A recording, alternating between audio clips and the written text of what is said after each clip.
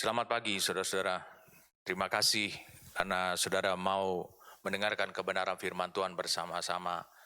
Dan saudara tahu bahwa pentingnya firman Tuhan dalam kehidupan kita bukan hanya untuk memperbaiki diri kita, tapi untuk menjawab kebutuhan Tuhan, panggilan Tuhan, tujuan Tuhan atas hidup kita. Hari ini saya akan bagikan satu kebenaran firman Tuhan yang memang saudara benar-benar telah memahaminya dari penjelasan saya yang terdahulu, yaitu tentang mati bersama dengan Kristus. Tetapi dalam aspek ini saya ingin menjaga hidup saudara, supaya saudara benar-benar tidak keliru dalam memahami apa artinya mati bersama dengan Kristus. Saya ajak kita untuk berdoa supaya kita bisa bekerjasama dan ada dalam kepemimpinan oleh Roh Kudus. Bapa, terima kasih untuk apa yang Kau buka pada hari-hari belakangan ini. Terima kasih untuk kebenaran firman-Mu. Terima kasih juga untuk kehadiran Roh-Mu yang nyata, memimpin perjalanan hidup kami. Terima kasih untuk kehidupan Engkau yang mulai nyata dan menjadi nyata dalam hidup kami. Kami bersyukur oleh karena Logos yang Kau taruh dan nyata menjadi bukti yang ada di dalam roh kami, dalam batin kami. Sekarang bisa menjadi rema, bisa menjadi kenyataan, bahkan bisa menjadi daging, bisa mewujudkan dirinya di dalam kehidupan kami. Terima kasih untuk anugerah yang Kau berikan beberapa waktu belakangan ini, karena Engkau memberikan kepada kami pewahyuan, dan olehnya Engkau mengalirkan juga pengertian dan hikmat untuk mewujudkannya. Hari ini Tuhan, kami ingin Tuhan bahwa dimensi tentang kehidupan-Mu, dimensi tentang kealahan-Mu, itu menjadi nyata, menjadi terwujud dalam diri kami, melalui firman yang akan Kau utarakan kepada kami. Kami siap untuk mendengarkannya Tuhan. Terima kasih untuk kepemimpinan Roh Kudus yang terus memimpin, supaya kami benar-benar bukan hanya sampai puas memiliki pengetahuan kebenaran yang menjaga langkah hidup kami, tapi benar-benar kebenaran itu menjadi nyata dalam diri kami. Terima kasih, kami siap untuk mendengarkan firman-Mu. Terpujilah nama-Mu, dalam nama Tuhan kami Yesus Kristus. Amin. Baik saudara, saya tidak ingin panjang lebar. Jadi saudara tahu bahwa kita oleh iman, oleh kemampuan iman yang berasal daripada Allah, kita tahu bahwa kita telah mati bersama dengan Kristus 2000 tahun yang lalu. Meskipun realitanya secara alamiah Kristus yang mati 2000 tahun yang lalu, tetapi kita ada di dalam Kristus 2000 tahun lalu oleh karena iman. Iman bukan hanya satu kemampuan untuk mempercayai, untuk meyakinkan apa yang ada di masa lampau, yang terjadi di masa lampau, di mana saudara juga terikut serta dalam semua hal yang terjadi di masa lampau. Tetapi iman juga memiliki kemampuan untuk bisa mendapatkan, memiliki kepastian tentang sesuatu yang ada di depan. Saya mengajak kita semua untuk membuka firman Tuhan dari Galatia pasal yang kedua. Galatia pasal yang kedua.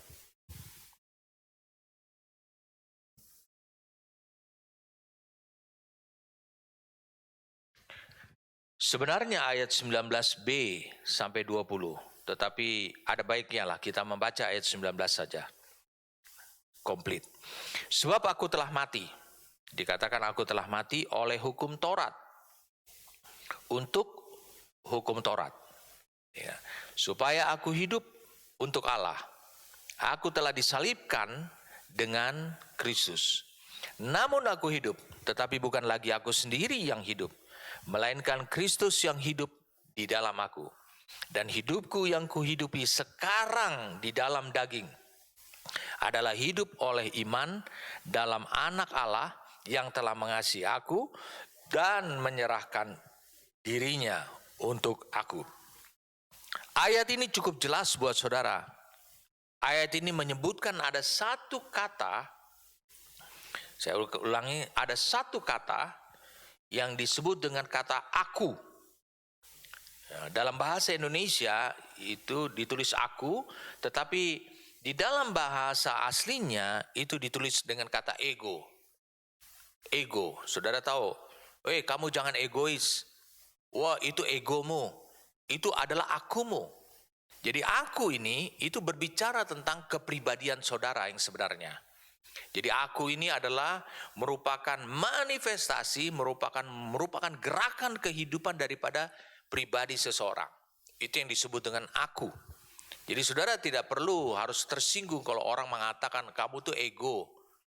Kamu, ya memang, karena engkau manusia, engkau harus memiliki ego. Karena itu menunjukkan kepribadian saudara. Alkitab berkata bahwa aku, egonya telah disalibkan. Saudara bisa lihat di ayat 19-nya. Akunya dikatakan itu. Itu egonya telah disalibkan. Ya kan? Jadi saudara bisa lihat. Nah, banyak orang mensalahartikan tentang hal ini. Artinya disalibkan, lalu kemudian di ayat 20, namun aku hidup. Berarti egomu itu tidak mengalami kematian. Jadi egomu itu tidak mengalami kehilangan. Ketika engkau lahir baru, dengarkan saudara, saudara tetap masih memiliki kepribadian. Saudara tetap masih memiliki yang namanya ego. Saudara tetap masih memiliki yang namanya aku. Allah tidak punya proyek, Allah tidak punya program, tidak punya berencana, tidak memiliki kehendak untuk mengganti ataupun mematikan atau meniadakan ego saudara. Mengapa? Karena kepribadian saudara ini mengandung kehendak dan kekuatan jiwa serta kekuatan tubuh saudara. Saya ulangi, kepribadian saudara itu yang disebut dengan ego itu mengandung kehendak, kekuatan jiwa dan tubuh saudara. Kalau begitu pada waktu penciptaan, kenapa dong Allah harus menghembuskan rohnya, nafas hidupnya kepada tubuh yang mati? Bukankah bagian daripada ego itu adalah mengambil bagian daripada tubuh itu? Kenapa Allah harus menumbuhkan sehingga akhirnya muncul ego manusia? Berarti Tuhan ada punya kepentingan terhadap ego manusia. Ego tidak selalu negatif seperti yang diajarkan oleh orang-orang dunia, seperti pelajaran-pelajaran yang saudara dengar selama ini. Ego tidak selalu negatif. Yang dimaksud oleh orang dunia adalah ego negatif kalau engkau selalu berpikir berjalan menurut caramu sendiri saja, menurut keyakinanmu sendiri saja. Nah, jadi ini sangat penting buat kita. Minggu-minggu lalu atau 2 minggu yang lalu ataupun 3 minggu yang lalu saya bagikan kebenaran pada saudara untuk supaya saudara menghindari suatu sikap yang terbangun dalam hidup saudara karena saudara tidak memiliki pengetahuan kebenaran yang cukup ataupun pengetahuan kebenaran yang error, yang menyimpang. Yaitu sikap yang tidak boleh, yang berbahaya dalam hidup saudara adalah sikap namanya pasrah atau pasif. Saudara, pasrah dan pasif itu senantiasa dia menunggu. Dan orang pasrah dan pasif itu adalah ciri daripada orang yang selalu dia ingin mengosongkan dirinya. Dengan segala upaya dia tidak ingin mempraktekkan tindakannya itu melalui keinginannya. Itu yang disebut dengan kosong. Dia selalu menunggu dan kelihatannya nampaknya seperti hal yang positif. Dia menantikan Allah supaya Allah lah yang berkuasa atas dirinya. Saya ingin kalian melihat dulu apa yang saya mau jelaskan kepada kalian di awal-awal pertama ini. Ini mungkin sesuatu yang harus kalian benar-benar jangan pergi kemana-mana dan saudara harus duduk mendengarkannya dengan tekun. Oke? Dengarkan saya. Orang-orang yang memiliki sikap pasif dan pasrah karena mereka mengartikan kebenaran firman yang disebut tadi, mati bersama dengan Kristus, disalibkan, lalu kemudian mati bersama, menganggap bahwa kehidupan rohani yang paling tinggi itu adalah apabila dia sudah tidak hidup lagi atau tidak punya lagi ego. Kita harus hati-hati. Ini kelompok yang berbahaya. Ini adalah kelompok yang ditunggu-tunggu oleh si jahat. Dan saya mau beritahu pada kalian bahwa ingat, orang yang bersikap pasif, orang yang bersikap pasrah seperti ini, maksud saya adalah orang-orang rohani, orang-orang dalam gereja, orang-orang yang tahu kebenaran. Itu adalah orang-orang yang merupakan pengharapan yang akan menjadi kenyataan buat roh-roh jahat. Roh jahat mengharapkan saudara akan bersikap pasif seperti ini. Itu oleh karena apa? Oleh karena engkau salah dalam memahami tentang pengetahuan, tentang kebenaran, maksud saya. Oleh karena apa? Engkau tidak memiliki pengetahuan kebenaran yang cukup, yang komplit.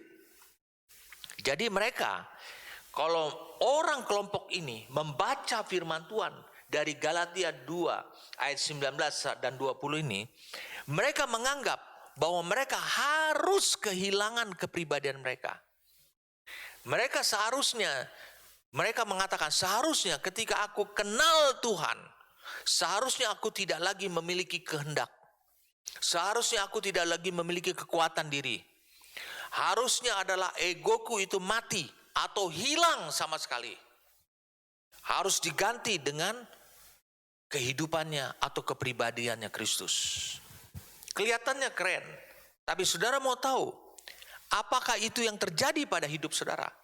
Apakah Allah mau melakukan seperti itu? Ingat, saya katakan, kalau engkau berpikir kelompok orang ini yang berpikiran pasif atau pasrah ini, ya, jadi yang berharap bahwa kepribadiannya hilang. Mereka sebenarnya memiliki pengharapan, mereka sebenarnya memiliki suatu keyakinan yang salah bahwa mereka menganggap bahwa problem selama ini dalam mengikut Kristus adalah karena mereka masih memiliki ego. Saya ulangi, karena mereka masih memiliki ego. Itu sebabnya mereka ingin menganggap bahwa mereka harus kehilangan kepribadian mereka. Bahwa mereka seharusnya tidak lagi memiliki kehendak. Seharusnya tidak lagi memiliki kekuatan. Jadi saudara mengatakan, saudara bisa menyimpulkan mereka menganggap bahwa sekarang mulai dari hari ini, sikap dari orang itu yang akhirnya tumbuh menjadi keyakinan. Mereka mengira bahwa Allah sekarang bukan membutuhkan kepribadianku lagi, tapi Allah membutuhkan mesin. Saudara harus bisa bayangkan kehidupan orang seperti ini. Bayangkan, mereka mengira bahwa tidak seharusnya mereka memiliki perasaan yang sekarang.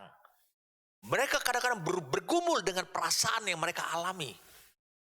Perasaan apa saja. Mereka mengatakan bahwa ini harus hilang, perasaan seperti ini harus hilang. Padahal perasaan itu tumbuh karena saudara tetap memiliki kepribadian, saudara tetap memiliki ego. Jadi akhirnya mereka berupaya dalam hidup mereka. Saya ulangi, mereka berupaya dalam hidup mereka. Mereka membuang hasrat. Mereka membuang kepentingan. Dan bahkan, saya ulangi, bahkan mereka membuang kesukaan hidup mereka. Oh, ini makanan enak. Enggak. Bukan lagi aku. Ini kan enak buat dagingku. Oh, tidak lagi. Oh, jujur kalau engkau bertanya, apakah papa mau hidup seperti itu? Sudah kehilangan kepribadiannya? Tidak. Saya justru lebih memilih, makanan kesukaan saya tetap itu adalah kesukaan saya. Dan itu bukan kesukaan Kristus. Saudara harus bisa paham. Mereka menjadi seperti apa? Mereka menjadi seperti mayat. Mayat yang hidup. Yang tinggal diisi oleh roh apa saja, oleh kekuatan apa saja. Karena apa? Karena mereka menganggap bahwa pribadi mereka telah hilang. Ego mereka telah hilang. Mereka menyangka bahwa perintah dalam Galatia 2 ayat 19 dan 20 ini menuntut mereka untuk menghapus diri, bahkan menghancurkan diri, dan membunuh diri, maksudnya membunuh kepribadian, sedemikian rupa, sehingga mereka tidak lagi memiliki perasaan, bahkan mereka tidak lagi memiliki keperluan pribadi, ataupun mereka tidak membutuhkan satu situasi, kondisi, tidak memerlukan hasrat, tidak perlu lagi ada hasrat. Bayangkan, tidak memerlukan hiburan. Wah, itu hiburan, itu jahat. Kenapa? Karena Kristus. Zaman Kristus tidak ada karaoke. Saudara bisa bayangkan orang gitu. Mereka ingin selalu, mereka merasakan, mereka hidup, merasakan pekerjaan Allah sepenuhnya, seutuhnya, total. Pergerakan Allah dalam hidup mereka. Pergerakan Allah, operasinya Allah, itu dirasakan dalam perasaan, dalam pikiran. Jadi ini yang disebut dengan kepribadian yang telah hilang. Mereka menganggap kadang-kadang mati terhadap diri sendiri berarti tidak lagi memiliki kesadaran akan diri sendiri. Saudara bisa bayangkan orang yang seperti ini hidup di tengah-tengah saudara. Orang yang hanya karena salah menafsirkan kebenaran firman Tuhan. Mereka tidak memiliki pengetahuan kebenaran yang utuh. Jadi saudara, yang pertama, 3 minggu yang lalu saya sampaikan kebenaran firman Tuhan kepada saudara. Engkau harus tahu tentang pengetahuan kebenaran. Bahwa manusia diciptakan Allah sebagai makhluk dengan kehendak bebas. Ketika Allah menciptakan manusia dengan kehendak bebasnya, berarti itu menjadi hukum. Allah juga memberitahukan bahwa hukum kerjanya adalah manusia akan tetap dibiarkan sebagai makhluk dengan kehendak bebas. Dengan kata lain, aku tidak akan pernah mencetak manusia untuk mereka menjadi mesin. Dengan demikian berarti Allah menegaskan bahwa manusia tetap akan memiliki kepribadian atau ego. Jadi orang-orang seperti ini adalah orang-orang yang tidak memahami pengetahuan kebenaran. Yang kedua yang saya bagikan kepada saudara, 2 minggu yang lalu dan bahkan minggu lalu saya juga uraikan juga. Mereka tidak tahu tentang pengetahuan kebenaran, mereka tidak memiliki fondasi pengetahuan kebenaran ini, yaitu tentang tujuan Allah menciptakan manusia. Mereka kehilangan. Saudara bisa lihat.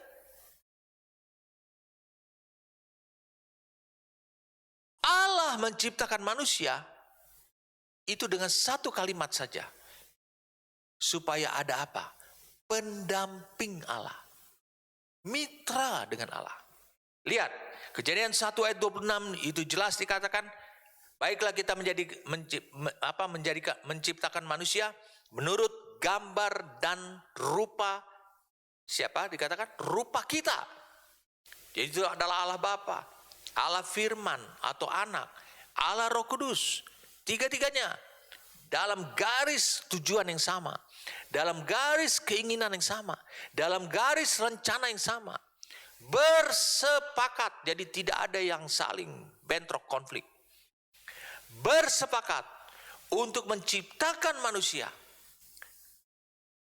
menjadi yang segambar dan serupa dengan dia, supaya, jadi karena ketiga ini memiliki tujuan, supaya mereka berkuasa, dikatakan, atas ciptaan yang lain. Bukankah Allah yang menciptakan burung? Bukankah Allah yang menciptakan ikan? Bukankah Allah yang menciptakan binatang di darat? Binatang melata dan semuanya? Lalu dia menciptakan manusia. Menciptakan manusia supaya berkuasa, supaya menjadi manajer, supaya menjadi orang yang memelihara tatanan itu dengan otoritas Allah.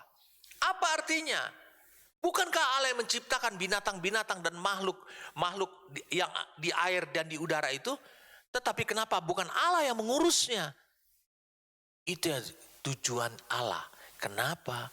Mengapa dia menciptakan manusia segambar dan serupa dengan dia? Kemudian di Kejadian pasal 2, Allah yang menumbuhkan, Allah yang menciptakan Taman Eden. Lalu kemudian Allah menempatkan manusia yang diciptakannya dia itu ke dalam Taman Eden. Supaya apa? Supaya mengurusnya. Allah yang memulai. Allah yang menciptakan.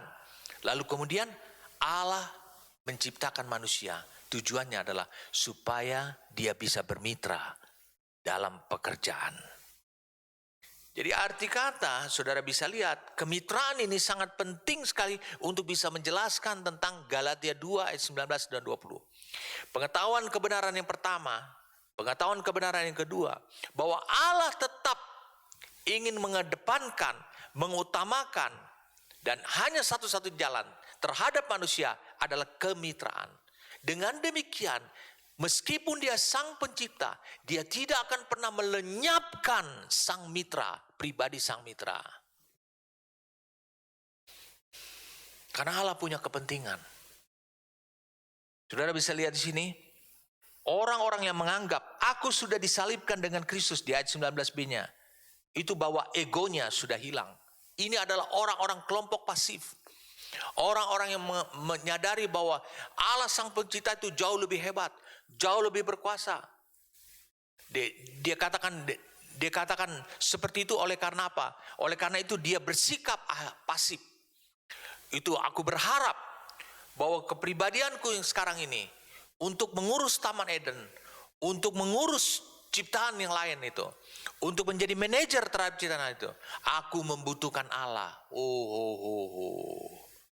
Saudara harus pikirkan siapa yang pada saat itu juga mendengar keinginan saudara, perkataan saudara, cara berpikir saudara seperti siapa yang mendengar juga. Roh jahat juga mendengarnya. Dia tahu, roh jahat kenal bahwa Allah tidak akan melakukan seperti yang ada dan diharapkan oleh pikiran manusia seperti itu. Dia berharap bahwa Allah lah yang berkuasa atas seluruh hidupnya, atas pikirannya, atas mulutnya, atas perasaannya, atas langkah-langkah hidupnya. Itu roh jahat tahu, iblis tahu bahwa itu tidak akan pernah dikerjakan oleh Allah. Karena itu menyimpang dari hukum kerja Allah. Jadi saudara bisa bayangkan kelompok orang-orang seperti ini, kalau itu termasuk saudara, mereka menganggap Kristus yang hidup di dalam aku, itu di ayat yang keduanya. Jadi Kristus yang hidup di dalam aku, jadi saudara bisa lihat itu, saudara tahu dari ayat firman Tuhan, itu menunjukkan bahwa akunya sendiri tidak hidup lagi. Egoku tidak hidup. Jadi dengan kata lain, orang-orang ini memiliki keyakinan dengan menyimpulkan, aku telah disalibkan dengan Kristus. Artinya, egoku sudah mati. Jadi dia merasakan penderitaan apabila dia masih merasakan masih ada perasaan-perasaan yang lahir dan tumbuh atau pikiran-pikiran yang tumbuh dari kepribadiannya. Orang yang meyakini tentang kebenaran yang salah ini, jadi maksud saya memiliki keyakinan terhadap pengetahuan kebenaran yang tidak utuh seperti ini, itu dia akan selalu menderita ketika dia mulai mengikut Tuhan. Karena pada hakikatnya, pada realitanya, dia selalu merasakan ada perasaan yang muncul, masih muncul. Dan dia tahu itu dari egonya dia, dari kepribadiannya dia. Jadi saudara bisa bayangkan, orang seperti ini adalah orang yang selalu orang yang selalu menekan dirinya, orang yang selalu berusaha.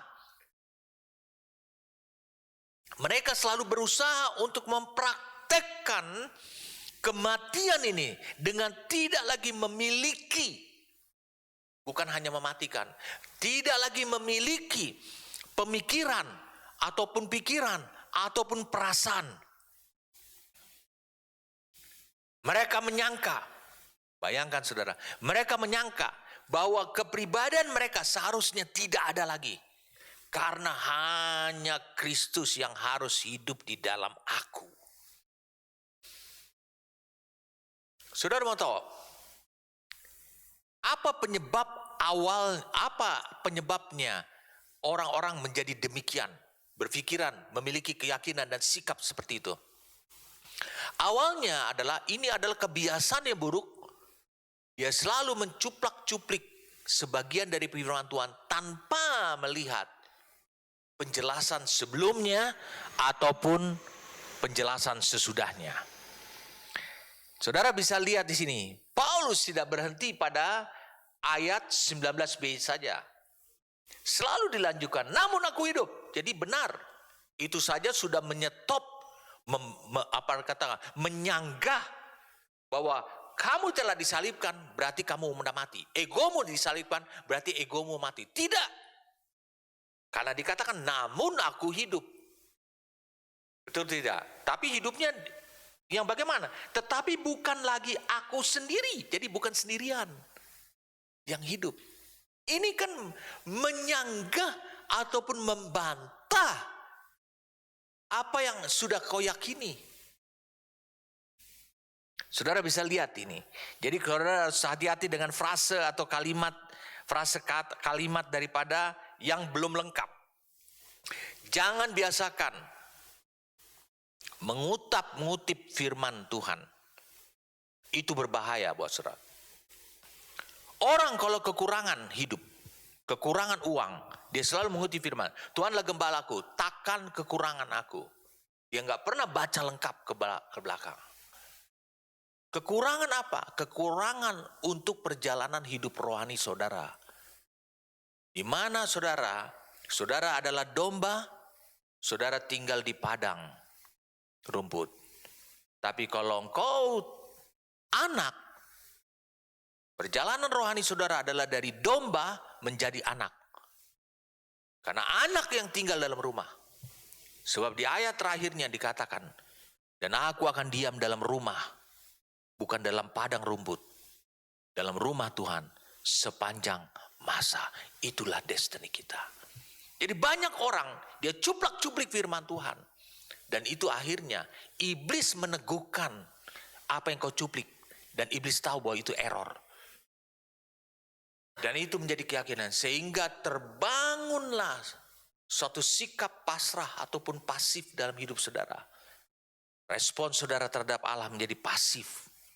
Jadi mereka yang mengira seharusnya kepribadianku tidak ada lagi, hanya Kristus saja dalam diriku. Mereka mengira seharusnya tunduk kepada Dia dengan sikap pasrah, lalu membiarkan supaya, maksud ayat ini, dia membiarkan supaya Kristus yang berpikir, berperasaan, menggantikan dirinya. Sudah bayangkan fatalnya orang seperti ini. Tapi yang luar biasa, banyak orang seperti ini. Dan itu tetap berjalan. Kita akan mencari tahu siapa yang menggerakkan pikiran dan perasaan yang membangun kepribadian seperti ini. Siapa? Kita harus tahu itu. Nanti saya akan sampaikan pada saudara. Jadi saudara bisa lihat ini. Mari kita lihat lagi kalimatnya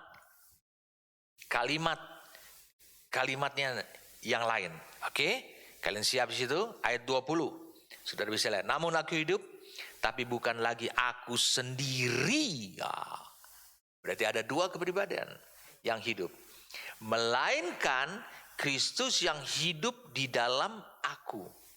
Dan saudara lihat, dan hidupku yang kuhidupi sekarang di dalam daging. Jadi Kristus tersedia dalam hidup saudara yang sudah lahir baru.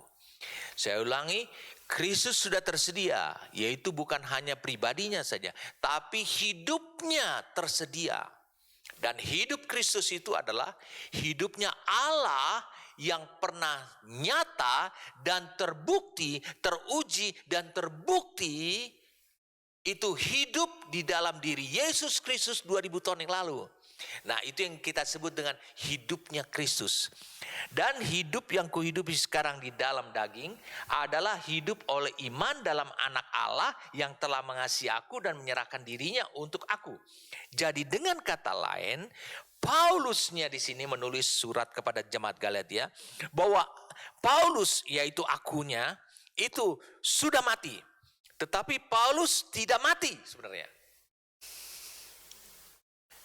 Saudara bisa lihat itu.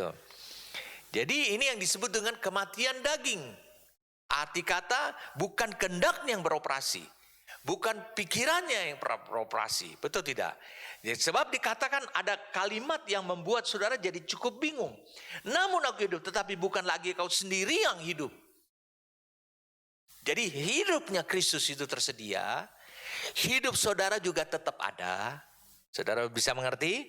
Lalu kemudian yang mana yang harus disalibkan? Ingat, penyaliban itu tidak pernah bisa mematikan atau meniadakan. Tetapi kalimat menyalibkan itu adalah membawa kepada kematian kehendak. Maksud saya bukan kematian kehendak, kematian pribadinya. Arti kata, engkau mengatakan bahwa ini tidak berguna, ini tidak lazim. Jadi saudara bisa lihat itu. Jadi setelah melewati salib, jadi aku dan egonya Paulus itu di kayu salib, disalib.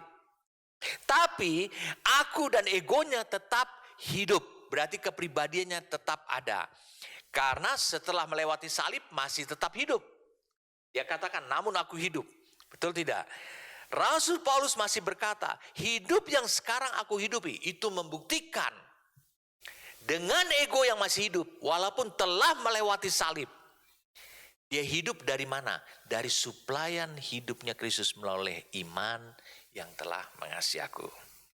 Jadi dengan kata lain, supaya saudara tidak error, salib itu tidak pernah melenyapkan ego. Saya boleh mengeluarkan satu pernyataan kalimat yang mungkin membuat saudara akan tercengang nanti. Oke, kalian siap untuk mendengarkan ini?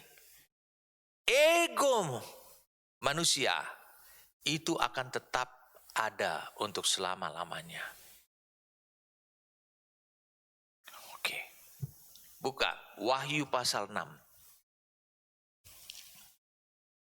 Wahyu pasal yang ke-6.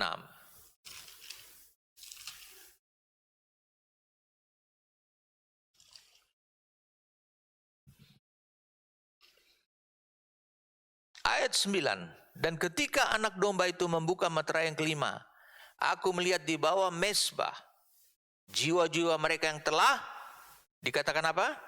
Dibunuh, dipenggal, slain. Ya, bahasa Inggrisnya slain.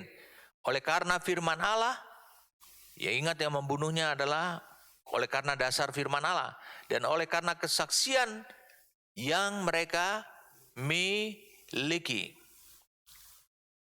Rasul Yohanes tetap melihat ada jiwa-jiwa. Jiwa-jiwa ini adalah merepresentasikan kepribadian, egonya manusia. Itu tetap ada. Meskipun sudah dibunuh, dia tetap ada. Dia bersifat kekal. Saudara mungkin masih belum meragukan itu. Kita baca lagi Wahyu 20. Mari kita baca Wahyu 20. Wahyu pasal 20. Ayat yang ke-4. Lalu aku melihat tahta-tahta dan orang-orang yang duduk di atasnya. Kepada mereka diserahkan kuasa untuk menghakimi. Aku juga melihat. Katakan melihat. Berarti betul-betul ini dilihat oleh Rasul Yohanes di dalam dunia roh. Aku juga melihat jiwa-jiwa mereka yang telah dipenggal kepalanya. Dengarkan saudara. Karena kesaksian tentang Yesus dan karena firman Allah yang tidak menyembah binatang itu dan patungnya, dan yang tidak juga menerima tandanya pada dahi dan tangan mereka, dan mereka hidup kembali dan memerintah sebagai raja. Mereka hidup kembali. Kenapa mereka hidup kembali? Karena masih ada kepribadiannya, masih ada egonya, masih ada akunya. Dan memerintah sebagai raja bersama-sama dengan Kristus untuk masa 1000 tahun. Kita sudah belajar tentang maut. Bagaimana mematahkan maut, kuasa maut. Mematahkan kuasa maut. Rasul Yohanes melihat, aku juga melihat jiwa-jiwa mereka yang telah dipenggal, telah dibunuh. Kematian saja, kematian fisik saja tidak pernah bisa mengakhiri, saya ulangi, mengakhiri ego saudara. Tidak pernah. Saudara masih belum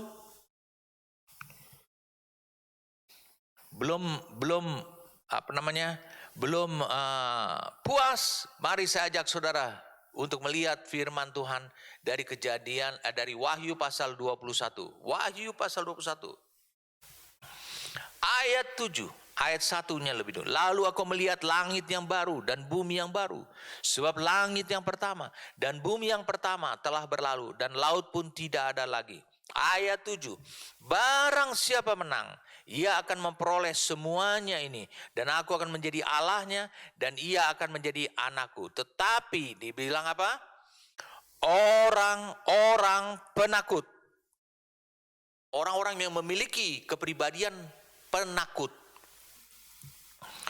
Orang-orang yang tidak percaya. Ini berbicara semua tentang kepribadian, kelompok orang yang memiliki kepribadian.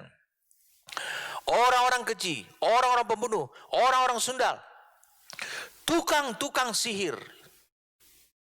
Tukang sihir itu memiliki kepribadian, ego, penyembah-penyembah berhala, dan semua pendusta. Mereka akan mendapat bagian mereka di dalam lautan yang menyala-nyala oleh api belerang. Inilah kematian kedua.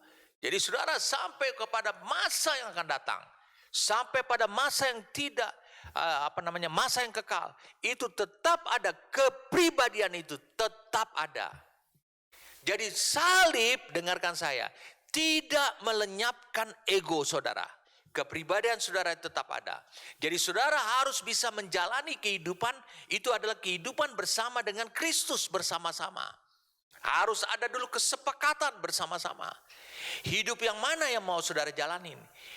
Saudara berhak, yang menunjukkan bahwa saudara memiliki kepribadian adalah saudara berhak untuk menolak.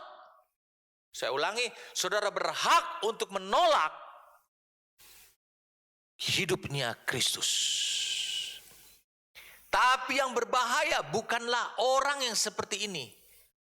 Yang berbahaya adalah orang yang mengatakan, aku sudah tidak memiliki kepribadian apa-apa. Aku kosong. Oh, biarkan, aku akan izinkan, aku akan minta hidup Kristus itu. Hidup Kristus itu bukan aku minta, sorry saudara.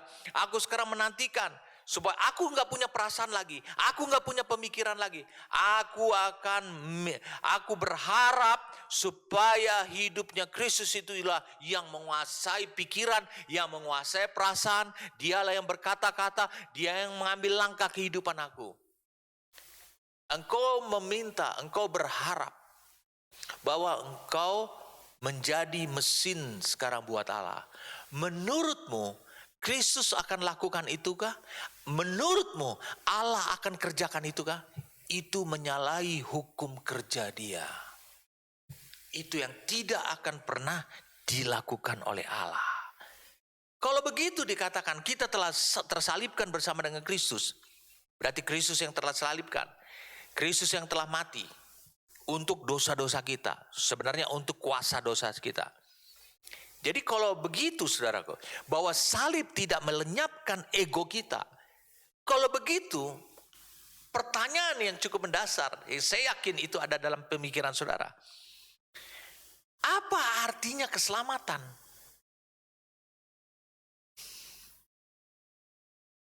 Justru saya ingin menyampaikan kalimat ini pada saudara semua. Ini kalimat yang benar-benar akan membuat saudara menjadi terang benderang. Perhatikan saya. Dengarkan saya. Kalau, saya ulangi, kalau seandainya, sorry saudara, saya coba tulis dulu.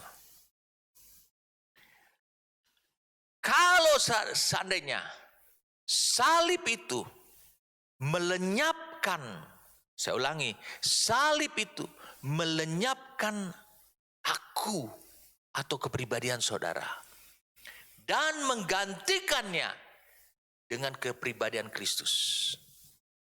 Bukankah tujuan akhir daripada saudara diselamatkan adalah saudara ke sorga? Tapi kalau Kristus mati di salib, saudara juga disalib. Berarti saudara menganggap bahwa kepribadian saudara hilang. Kalau begitu karya keselamatan dia yang harusnya membawa saudara, pribadi saudara ke sorga, justru Yesusnya yang pergi ke sorga. Karena apa? Karena pribadi-pribadi orang percaya di muka bumi ini sudah diganti dengan pribadi Kristus. Lalu ketika mereka mati, semua yang ke sorga. Jadi hanya satu pribadi yang ditemukan di sorga, yaitu pribadi Kristus. Tidak ditemukan di sana pribadi ya Pastor Kristo, tidak ditemukan di sana. Pribadinya Rasul Paulus tidak ditemukan di sana. Pribadinya Dr. Morris Cerullo tidak ditemukan di sana.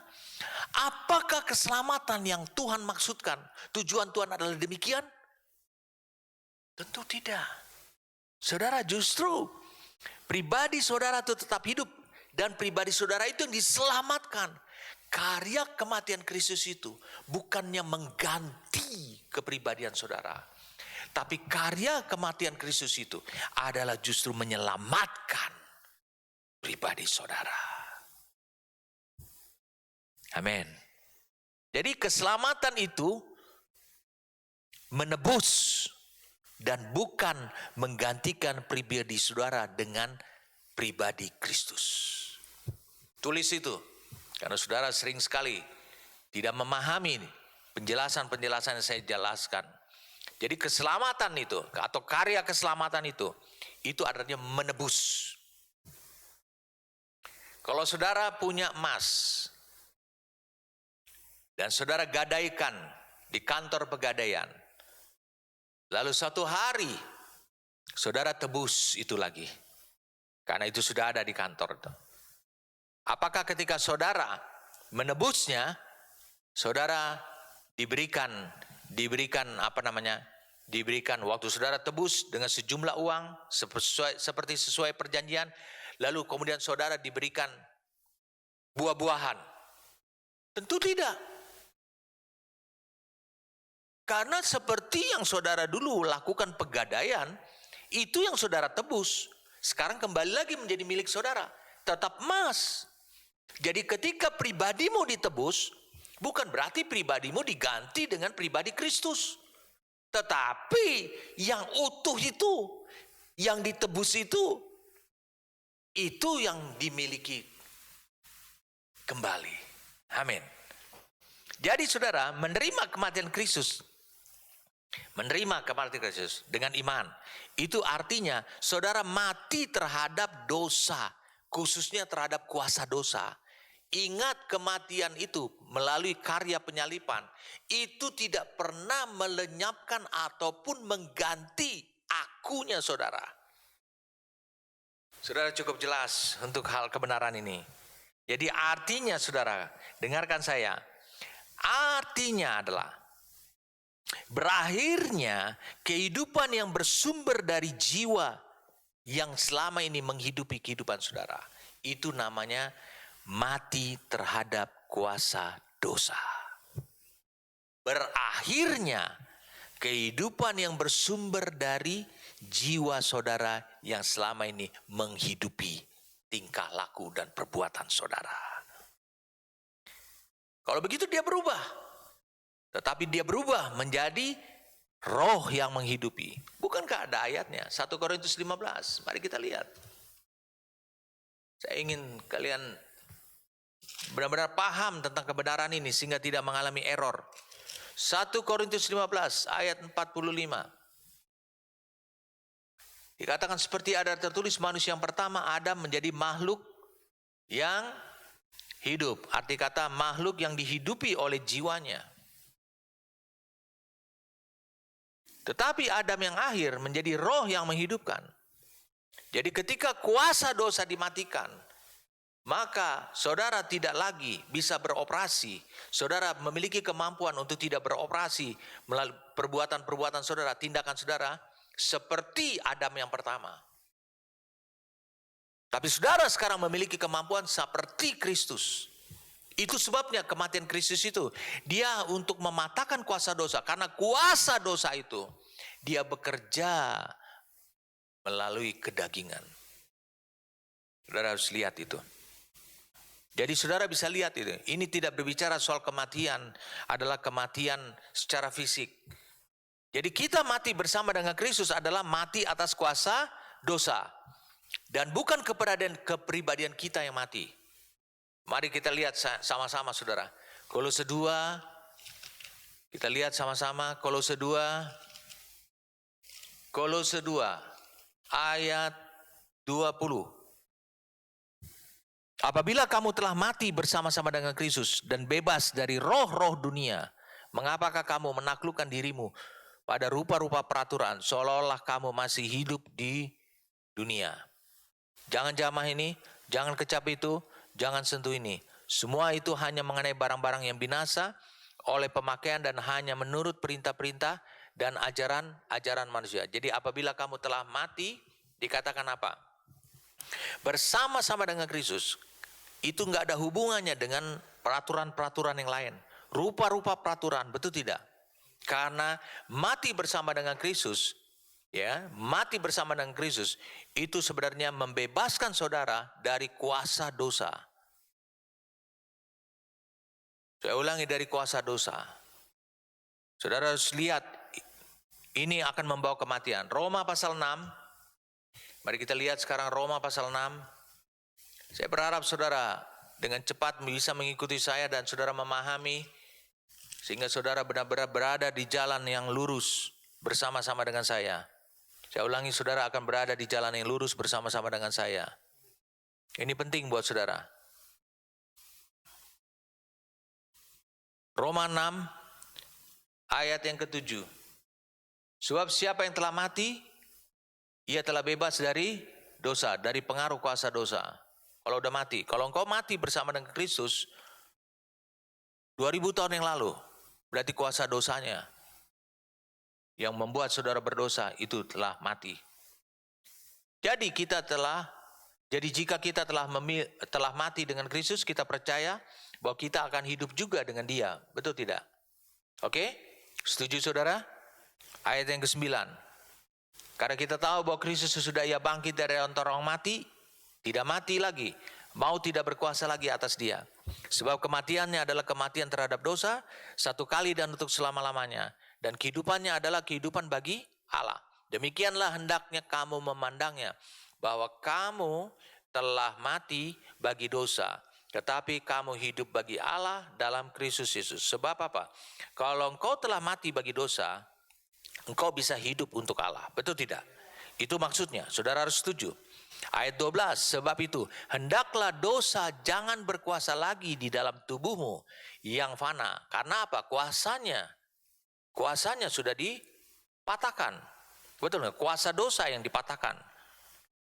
Kemampuan dia menjadi tuan yang membawa kita untuk selalu berdosa itu dipatahkan. Dikatakan apa? Sebab itu hendaklah dosa jangan berkuasa lagi dalam tubuhmu yang fana, supaya kamu jangan lagi menuruti keinginannya. Karena dia akan menarik kita kepada dosa lagi yang baru. Saudara mengerti? Jadi mati atas kuasa dosa artinya kita menolak sikap hati yang menyandarkan kehidupan hanya kepada kehidupan alamiah saja, lahiriah saja. Dan kita bergantung kepada hidupnya Allah yang menghidupi kehidupan alamiah kita, tubuh kita khususnya. Oke, saudara masih butuh ayatnya? Oke, memang kalau pelajaran untuk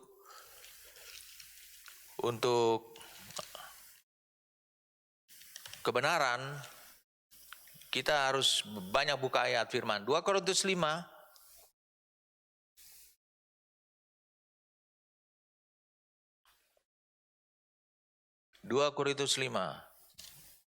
Siapa yang sudah mati? Kristus, betul tidak? Dan saudara dikatakan engkau harus memandang bahwa engkau telah mati bersama dengan Kristus, oke? Saudara harus bisa paham, oke? Bisa saya bawa saudara lebih lanjut lagi? Saya hanya berpikir ini, sekolah seperti ini, membagikan kebenaran firman Tuhan tiap minggu, ini menjadi masa-masa yang paling bagus buat saudara. Ayat 15.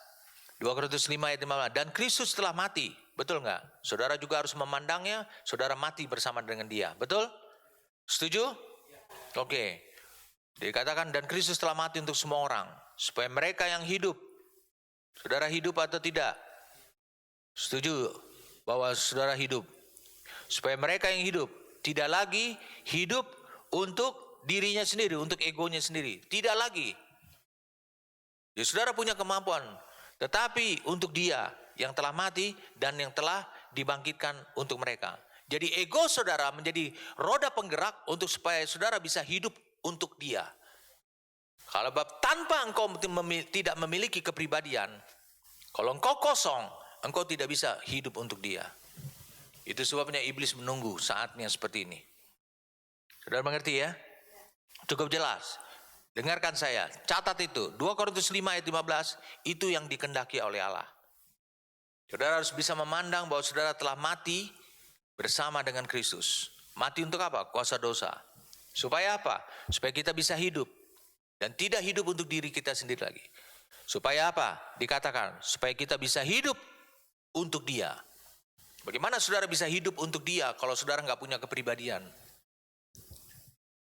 Saudara harus bisa bayangkan itu. Ini bukan cerita tentang janda istrinya Obaja di dua raja-raja pasal yang keempat atau pasal yang kelima. Bukan itu. Ambil tong-tong kosong, lalu kemudian tuangkan. Tapi itu tetap bermula dari minyak yang ada di buli-buli, yang ada di cawan. Saudara bisa melihat, tetap selalu Allah tidak pernah bisa bekerja dari hal yang kosong. Saudara harus lihat, hanya terjadi pada penciptaan. Ini penting. Jadi bersandar, dengarkan ini saya. Saudara boleh tulis ini. Apa artinya bersandar kepada Allah? Bersandar kepada Allah adalah kita menyerap hidupnya Allah dari saat ke saat. Sehingga seluruh diri kita dan segala kebutuhan kita mendapatkan suplai. Saya ulangi, apa artinya bersandar kepada Allah? Adalah kita menyerap atau mengambil hidupnya Allah dari saat ke saat, dari waktu ke waktu, sehingga seluruh diri kita dengan segala keperluannya mendapatkan suplai. Kita menyerap, kita mengambil hidupnya Allah. Siapa yang mengambil? Egomu memiliki kehendak. Dia yang memutuskan untuk mengambil. Enggak, hidup yang kuhidupi sekarang di dalam daging adalah hidup apa yang tersedia dari Allah.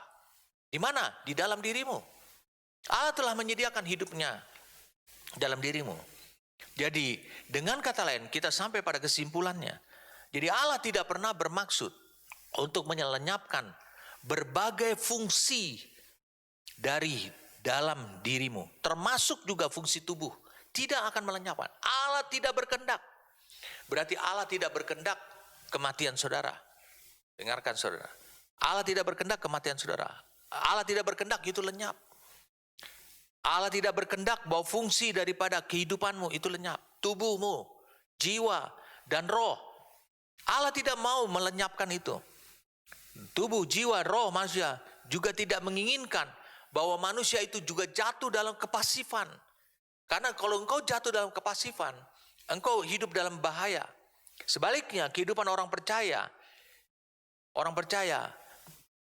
saudara harus lihat, itu harus, kehidupan saudara sebagai orang percaya, itu harus menuntut, harus aktif untuk apa? Menggunakan kehendak saudara. Karena kehendak saudara ini yang paling menonjol dalam ego saudara. Kehendak saudara untuk apa? Menyangkali, saya ulangi, menyangkali bahwa aku tidak mau hidup dari kehidupan alamiah. Tapi aku mau menyerap kehidupannya Allah yang sudah tersedia dalam diriku. Itu yang disebut dengan kita bersandar kepada Allah. Kita tidak pasif.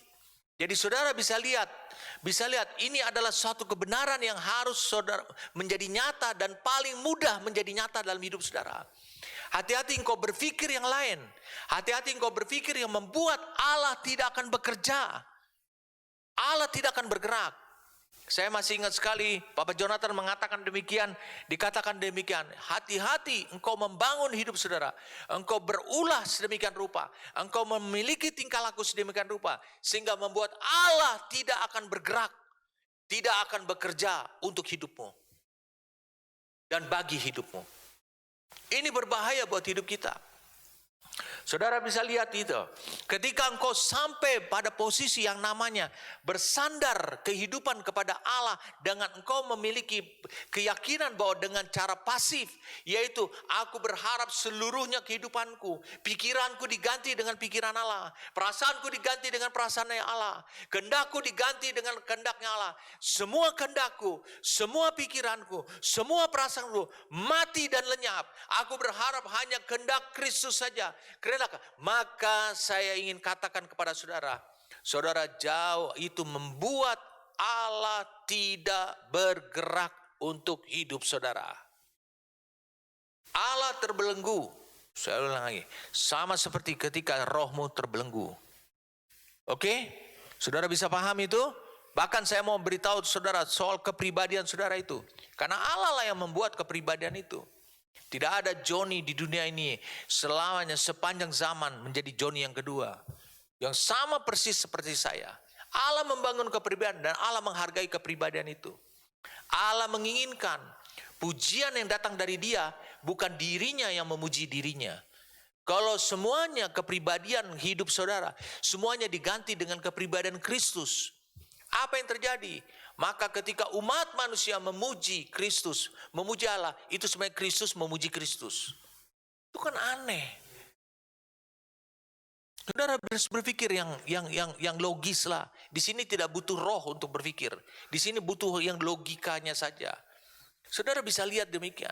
Itu sebabnya itu sebuah keinginan yang tidak akan dikerjakan oleh Allah. Saya akan beritahu pada saudara apa yang terjadi pada hidup saudara di kemudian hari. Jadi kematian tubuh saja, dengarkan saudara. Kematian tubuh manusia saja. Itu bukan merupakan pelenyapan atau melenyapkan kepribadian saudara. Tidak peduli cara mati saudara itu seperti apa. Mungkin cara mati saudara udah dicincang-cincang. Sebagian itu dibuang ke laut, dicincang dibuang ke laut, dimakan oleh ikan, betul tidak? Lalu kemudian bagian yang lain lagi dicincang-cincang, dibakar. Habis toh. Lalu saudara berpikir kepribadiannya lenyap. Makanya jangan terlalu lama memandang familimu yang meninggal dunia dan mayatnya berhari-hari kau pandang. Karena apa? Engkau merasa bahwa kepribadiannya orang yang mati ini telah hilang. Tetap ada. Cuman kepribadiannya tidak diwujudkan, dimanifestasikan di dalam tubuh lagi. Jadi saudara bisa lihat tadi Wahyu 21. Pada penghukuman terakhir saja masih terdapat pribadi-pribadi yang berdosa. Padahal mereka sudah mati. Tetap saja ada. Meskipun mereka mati, kepribadian mereka tidak pernah lenyap. Ada sebagian dari mereka mati karena bom atom. Habis kalau mati karena bom atom itu maaf kata. Tubuhmu itu seperti kayak atom-atom. Sulit sekali untuk dideteksi. Sulit sekali untuk didapatkan keutuhannya. Tetapi ingat, kepribadian tetap ada. Tidak pernah lenyap. Jadi pribadi manusia itu adalah tetap harus ada. Mengapa? Karena kita udah baca ayat firman Tuhannya begitu banyaknya. Karena pribadi itu merupakan perwakilan manusia itu sendiri. Jadi pribadi manusia pada umumnya diwakilkan, pribadi manusia itu pada umumnya diwakilkan oleh kehendaknya. Karena apa? Karena keputusan perbuatan, keputusan untuk berpikir, keputusan untuk merespon, keputusan untuk menolak, keputusan untuk diam, itu selalu ada pada posisi kehendak, wewenang kehendak. Jadi dengan kata lain, saudara, kehendak saudara itu bisa saja abadi. Kematian tidak melenyapkan kepribadian manusia. Tapi apa yang lenyap? Yang lenyap hanya hidup alamiah saudara saja yang lenyap. Tapi kepribadian saudara tidak. Kenapa? Karena Alkitab masih menulis orang-orang pendusta, pezina, pembohong, pembunuh. Itu bicara tentang pribadi manusia. Karena orang-orang yang dimaksudkan adalah bukan dimaksudkan malaikat. Bukan dimaksudkan roh-roh jahat. Malaikat yang telah jatuh. Bukan. Nah, kita kembali lagi. Kita sedang menjelaskan Galatia pasal yang kedua ini. Saya ulangi, kita sedang menjelaskan Galatia pasal yang kedua ini. Ayat 19 dan 20. Jadi jangan salah paham. Jangan salah mengerti. Jangan biarkan iblis mengambil benih-benih, yaitu dengan cara memberikan pengertian yang lain, pemahaman yang salah. Arti kata mati dengan Kristus itu akhirnya membuat saudara bersikap pasif. Itu terjadi karena apa? Karena engkau mengambil pengetahuan kebenaran tidak utuh ataupun diselewengkan oleh iblis. Oke? Dengarkan saya. Apa sih dampaknya kalau engkau mengatakan sekarang kau hidup dalam kepasifan? Oh, aku tahu kepribadianku sudah nggak ada lagi. Perasaanku tidak ada lagi. Jadi saudara bisa lihat itu. Perasaanku tidak ada lagi. Aku bukan lagi aku lagi. Tapi Kristus yang sekarang hidup. Kalau aku ingin makan, Kristus yang mau makan sebenarnya. Kristus mendorong aku yang untuk makan. Saudara tidak tahu dampak bagi orang-orang pasif seperti ini. Saudara bisa lihat dampaknya. Yang saya kenal dampaknya itu. Yang pertama, orang seperti ini, saudara tidak lagi menggunakan ego saudara melalui fungsi kehendak pada jiwa saudara. Jadi saudara mulai akhirnya menekan jiwa saudara. Ketika engkau menekan jiwa saudara, maka saudara sebenarnya sedang menghentikan perlawanan terhadap semua yang mau masuk dari dunia luar. Oh, hati-hati saudara. Dengarkan saya, hati-hati. Yang pertama ini saudara tidak lagi menggunakan aku atau ego saudara melalui fungsi kehendak yang ada pada jiwa saudara. Kalau saudara tidak mau menggunakannya lagi sehingga saudara bersikap pasif. Oh, harus Kristus yang berpikir untuk aku. Oh, harus Kristus yang mengambil keputusan buat aku. Kalau saudara berpikir seperti itu, oh hati-hati saudara. Saudara nih yang paling rapuh, paling rentan terhadap apa saja yang mau masuk dari dunia luar, dari luar ke dalam hidup saudara. Saya sampaikan minggu lalu kepada saudara. Saudara yang kegandrungan perbuatan supranatural, maka siap-siap iblis dengan hal yang supranatural dia masuk dan saudara mengira itu adalah Kristus. Karena saudara tidak melakukan perlawanan sedikit pun juga. Karena apa? Karena kau mengambil keputusan, sudah mengambil penyerahan hidup saudara. Aku mematikan fungsi kehendak yang ada pada akunya aku. Perhatikan dengan baik doanya Yesus di Taman Getsemani di Matius 26 ayat 39. Kalau saudara mau buka Alkitab saudara, kita baca perlahan-lahan, saudara akan mengerti tentang kebenaran itu dengan benar. Matius 26 ayat yang ke-39. Maka ia maju sedikit lalu sujud dan berdoa katanya. Ya Bapakku, jika sekiranya mungkin, possible, sekiranya mungkin, biarlah cawan ini kalau mungkin berlalu daripadaku, tetapi janganlah seperti yang ku kehendaki, melainkan seperti yang engkau kehendaki. Ada berapa kehendak? Ada 2. Yesus tahu kehendak Bapa, Yesus tahu kehendak dirinya. Yesus memutuskan untuk mengatakan demikian, tetapi melainkan seperti yang engkau kehendaki. Mengapa dia mengambil keputusan kehendak Bapa? Karena dia memiliki kehendak sendiri. Ini yang membuktikan dia memiliki kepribadian. Dia memiliki fungsi kehendak pada jiwanya. Tapi dia juga mengetahui kehendak Bapa. Lalu dia putuskan untuk perbuatannya. Jadi ketika dia memutuskan, dia tentu memakai kehendaknya sendiri. Kehendaknya adalah memutuskan untuk melakukan kehendak Bapa. Berarti itu menunjukkan pribadi dia tidak hilang. Yesus bukan sebagai robot. Saudara harus menggunakan kehendak saudara untuk mengambil keputusan, melakukan kehendak Bapa. Itu yang benar. Jadi dampak daripada orang-orang yang sikapnya pasif dan pasrah seperti ini, yang selalu mengosongkan diri, berharap bahwa Allah lah yang akan seutuhnya bergerak di dalam hidupnya atau beroperasi dalam dirinya, maka orang seperti ini dia tidak lagi menggunakan egonya melalui fungsi kehendak pada jiwanya. Saya mau katakan ini bukan orang depresi, tapi ini orang yang berupaya menekan habis-habisan semua hal yang datang dari dirinya.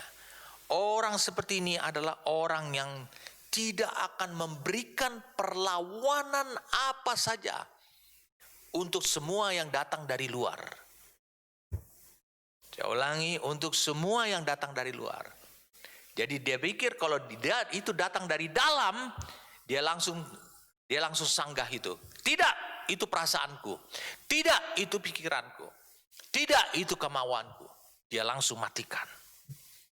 Jadi dia tidak akan menggunakan fungsi kehendak pada jiwanya. Orang seperti ini sangat rentan dan rapuh untuk mereka dirasuk oleh kuasa roh jahat.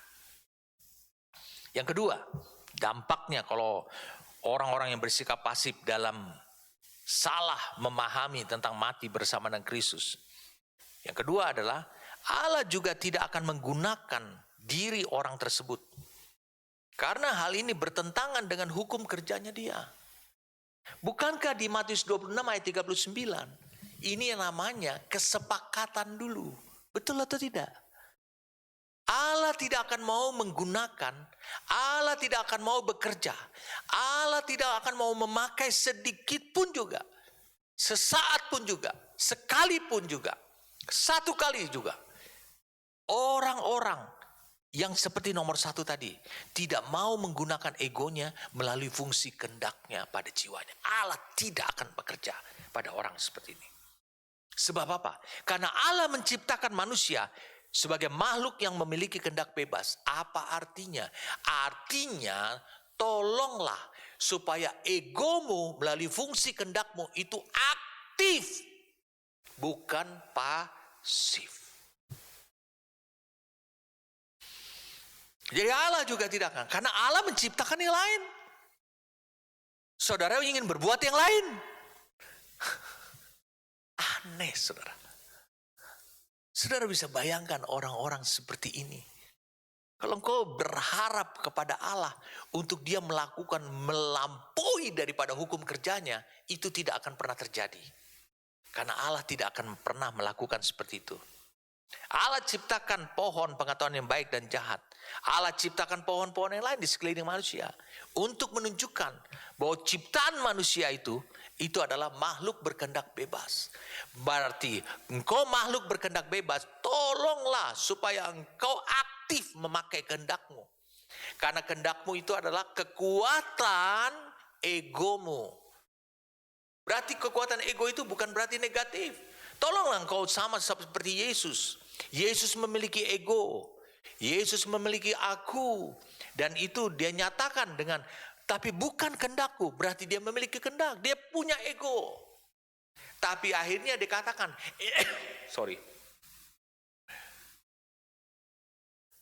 egonya itu dia gunakan untuk memutuskan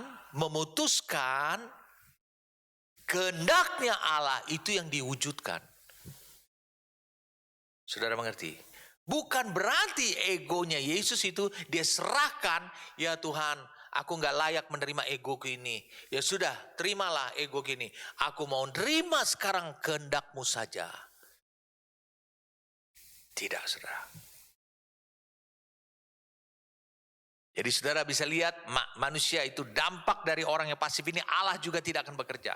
Yang ketiga, saudara bisa, kalau begitu siapa yang bekerja? Yang ketiga, ini penting buat saudara. Roh jahat akan mengambil kesempatan karena dia tahu dan mulai melekatkan diri kepada saudara. Ketika saudara sudah sampai pada keadaan yang pasif ini, roh jahat akan bekerja. Roh jahat akan mengambil kesempatan, mulai melekatkan diri, mengambil kesempatan ini. Karena dia sudah tunggu-tunggu saudara sampai pada titik ataupun kondisi seperti ini. Sudah lama sekali dia menunggunya. Saudara bisa bayangkan, roh jahat sudah menantikannya. Kenapa? Karena roh jahat tahu hukum kerja Allah. Allah tidak akan bekerja pada orang ini. Allah tidak akan meluluskan harapan orang itu. Allah tidak akan bekerja sedikit pun juga. Bahkan Allah tidak akan melindungi orang itu dikala roh jahat mulai masuk. Allah tidak akan melindungi. Kenapa? Karena sikap pasif ini adalah memenuhi syarat untuk iblis. Wah, luar biasa nih saudara. Kita bukan hanya waspada terhadap itu. Jadi saudara bisa lihat, sebab itu akibat salah mengerti atau salah memahami mengenai mati bersama dengan Kristus. Akibatnya tindakan yang saudara lakukan adalah manifestasi daripada kerasukan setan.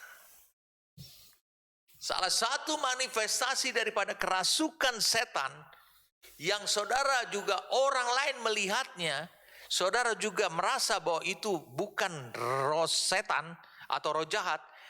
Salah satu manifestasi daripada kerasukan setan itu adalah kepura-puraan atau penipuan. Dia menipu saudara. Saudara menyangka sekarang saudara sudah diyakinkan dan saudara mengalaminya dan melihat buktinya. Orang lain juga melihat buktinya. Bahwa betul-betul roh Allah sekarang yang pegang kendali atas hidup orang ini. Dalam cukup waktu yang cukup lama, orang seperti ini sulit ditolong. Saya ingin kita melihat satu firman Tuhan, saya akan cari buat saudara, gak usah ragu. Saudara mohon tunggu di Kisah Para Rasul. Di Kisah Para Rasul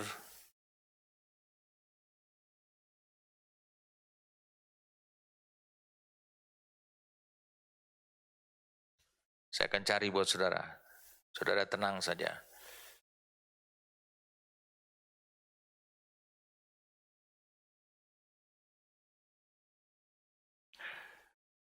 Kisah Para Rasul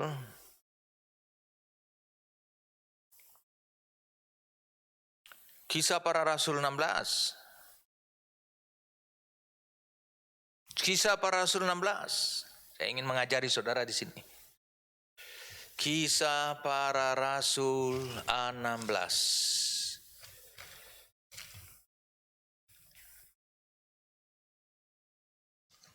Kisah Para Rasul 16.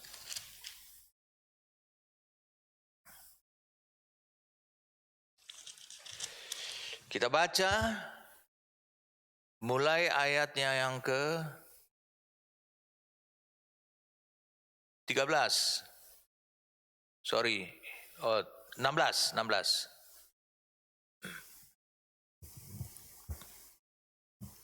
Mulai dari ayat yang ke 16.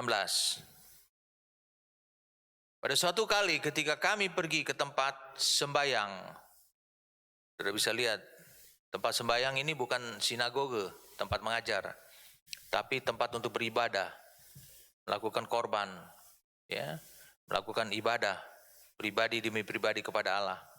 Kami bertemu dengan seorang hamba perempuan yang mempunyai roh tenung. Sudah bisa lihat, roh tenung, roh sihir. Dengan tenungan-tenungannya, tuan-tuannya memperoleh penghasilan besar. Ini di Filipi. Ia mengikuti Paulus dari rumah sembayang. Dari belakang sambil berseru katanya, orang-orang ini adalah hamba Allah yang maha tinggi. Mereka memberitakan kepadamu jalan kepada keselamatan. Hal ini dilakukannya apa? Dikatakan beberapa hari lamanya. Tapi ketika Paulus tidak tahan lagi akan gangguan itu. Alkitab berkata gangguan itu. Apa yang salah dari kalimat orang ini? Dari perempuan ini? Enggak ada yang salah. Demi nama Yesus Kristus dikatakan. Paulus merasa gangguan, ia berpaling dan berkata kepada roh itu, bukan kepada perempuan itu, roh. Sudah lihat ya, dikatakan adalah roh. Demi nama Yesus Kristus aku menyuruh engkau keluar dari perempuan ini. Seketika itu juga keluarlah roh itu. Oh, luar biasa. Penuh orang-orang seperti ini di gereja. Mereka berseru, mereka ada di tempat sembayang, tempat beribadah. Mereka lihat, tapi mereka adalah orang-orang yang pasif. Mengapa orang-orang pasif? Saudara lihat, dia memperoleh uang, penghasilan besar untuk tuannya. Dia dipelihara, dia memiliki bos. Dia hanya dikasih makan, dikasih pakaian, dikasih gaji. Tapi dengan tenungan, bagaimana dia bisa memperoleh kekuatan supranatural? Dia berharap, dia memiliki kepasifan. Ketika saudara memiliki kepasifan, dia menekan egonya. Dia tidak mau menjalankan fungsi kehendaknya. Bukan mauku. Bukan mauku. Saudara, dia coba tekan. Dia tidak lakukan itu. Kehendaknya diri. Akhirnya apa? Akhirnya yang supranatural, roh yang berasal dari alam roh itu datang. Dan saudara bisa lihat, mereka bisa menipu. Mereka bisa melakukan penipuan. Hanya seorang dengan kaliber, dengan standar kehidupan sama seperti Rasul, seperti yang dialami oleh Rasul Paulus ini, yang sanggup untuk bisa mendeteksi, ini ada roh lain-lain. Ini roh yang tidak lazim. Saudara harus bisa pahami tentang hal demikian. Dikatakan, mereka memberitakan kepadamu jalan kepada keselamatan. Ingat, orang ini justru mempromosikan Paulus. Sudah bisa lihat, orang ini mempromosikan Paulus. Bahkan dikatakan, mereka memberitakan kepadamu jalan kepada keselamatan. Saudara bisa bayangkan, mereka memberitakan kabar baik. Mereka memberitakan Injil. Apa yang salah kalau orang berkata seperti itu? Dan Alkitab berkata ini dilakukan beberapa hari lamanya. Saudara bisa pahami apa yang saya maksudkan ini. Beberapa hari lama, Paulus mengatakan dia tidak tahan. Dia tahu ada penipuan di balik semuanya ini. Ini bukan berasal daripada roh Allah. Paulus selalu bermain dengan apa yang ada di dalam rohnya. Saudara bisa lihat, Paulus memiliki kepekaan yang tinggi sekali. Dia berjalan itu atas kehendak Allah, atas maunya Allah. Tapi bukan berarti dia kehilangan kepribadiannya kepada dirinya. Dia serahkan kepribadian dirinya, dia putuskan, dia gunakan kehendaknya. Saya ulangi, dia gunakan kehendaknya untuk mengambil kehendak Allah saja, untuk mentaati perintah Allah saja. Bukan berarti kehendak dia itu tidak ada lagi. Dia tetap memiliki kepribadian. Tapi sekarang yang dilaksanakan adalah oleh kehendaknya adalah kehendaknya mengambil keputusan untuk melaksanakan kehendaknya Allah saja. Jadi saudara bisa lihat itu dari ayat ini, manifestasi kerasukan setan ini, saudara bisa lihat situ. Tulis yang pertama. Tulis yang pertama. Manifestasi daripada kerasukan apa namanya? Kerasukan setan. Tulis yang pertama. Yang pertama adalah pengalaman yang aneh-aneh.